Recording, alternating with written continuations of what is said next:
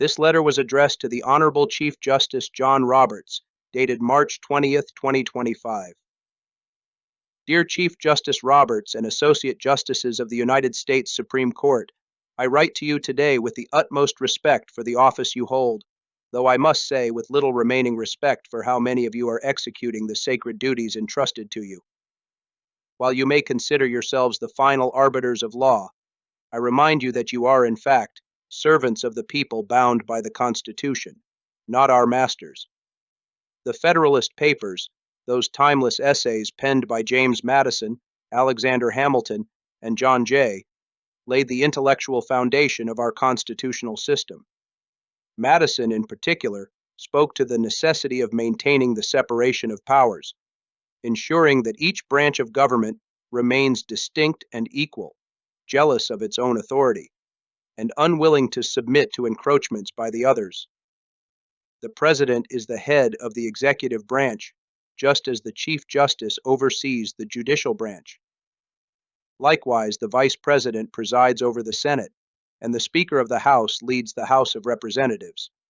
Each has a duty and responsibility to defend their constitutional authority. Failure to do so is a dereliction of duty. The framers made it abundantly clear that meddling in another branch's affairs is an unconstitutional violation of one's oath of office. Yet, Justice Roberts, your recent foray into public commentary regarding the President's remarks on Judge James Boasberg suggests a willingness to engage in the very political gamesmanship that you, by duty, should resist. If a judge fails to uphold his oath, it is not only the right, but the duty of the people's representatives to remove him.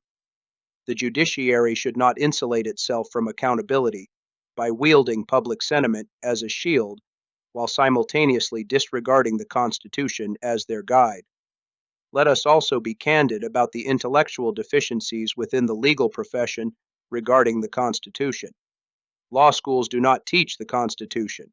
They teach constitutional law, a derivative doctrine built upon judicial precedent, rather than the actual words and original meaning of our founding charter. Dred Scott remains precedent, yet it is universally acknowledged as immoral and antithetical to our nation's principles. The judiciary must break its addiction to precedent when it strays from constitutional truth. Americans see the Supreme Court as an aloof, disconnected body, far removed from the real suffering of ordinary citizens at the hands of judicial tyranny. The American people, particularly those who lack the means to navigate the labyrinth of the legal system, have been subjected to a form of lawfare where justice is often contingent upon wealth and political affiliation. This reality is evident at the local, state, and federal levels. Consider the stark contrast in the treatment of the so-called mostly peaceful protesters who besieged Washington, D.C. in May of 2020 compared to those who attended the protest on January 6, 2021. In one instance, violent rioters were met with leniency, bailed out by left-leaning politicians and activists. In the other, citizens, many of whom committed no violent act, were pursued, detained, and in some cases, imprisoned under draconian applications of the Patriot Act. My own experience is instructive. Special Agent Richard Trask, an individual who came to my home and threatened my daughter and me for merely attending the January 6 demonstration, was later arrested for grotesque display of personal degeneracy, forcing his wife to attend a swingers party, consuming illegal drugs and alcohol, beating her to a bloody pulp, fleeing in her vehicle, and passing out in a Meijer parking lot. His punishment? A single day in jail. Meanwhile, countless Americans were left to rot in prison cells for the crime of stepping into the Capitol building, often ushered in by Capitol Police. This is the epitome of the two-tiered justice system the judiciary has fostered. While I do not, nor would I ever condone violence, the punishment must match the crime. President Trump rightly recognized this injustice and took action by pardoning the J6ers, demonstrating the kind of leadership and fairness that is sorely lacking within our judicial system. The Declaration of Independence reminds us that governments derive their just powers from the consent of the governed.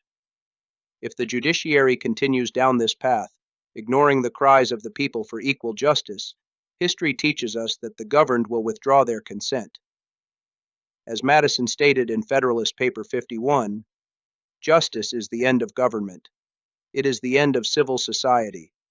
It ever has been and ever will be pursued until it be obtained, or until liberty be lost in the pursuit.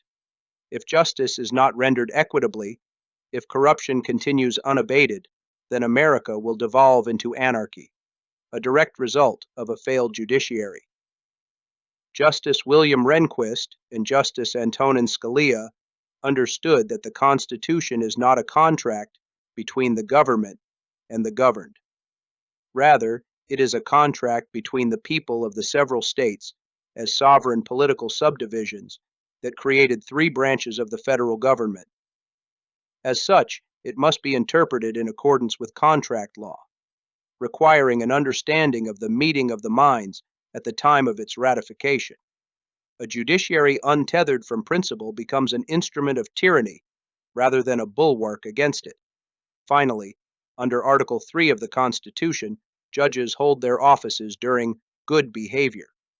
Contrary to popular belief, removal does not require the arduous process of impeachment, but may be accomplished by a simple majority vote in Congress should a judge fail to uphold their oath. I firmly believe that the American people will soon demand this mechanism be used against judges who forsake their duty to the Constitution. I urge you all to remember that your duty is to the Constitution and the people, not to the Washington elite, not to public opinion, and certainly not to the political establishment. Uphold your oath, restore faith in the judiciary, and do justice lest the governed withdraw their consent to be ruled. Respectfully, John Paul Rutan.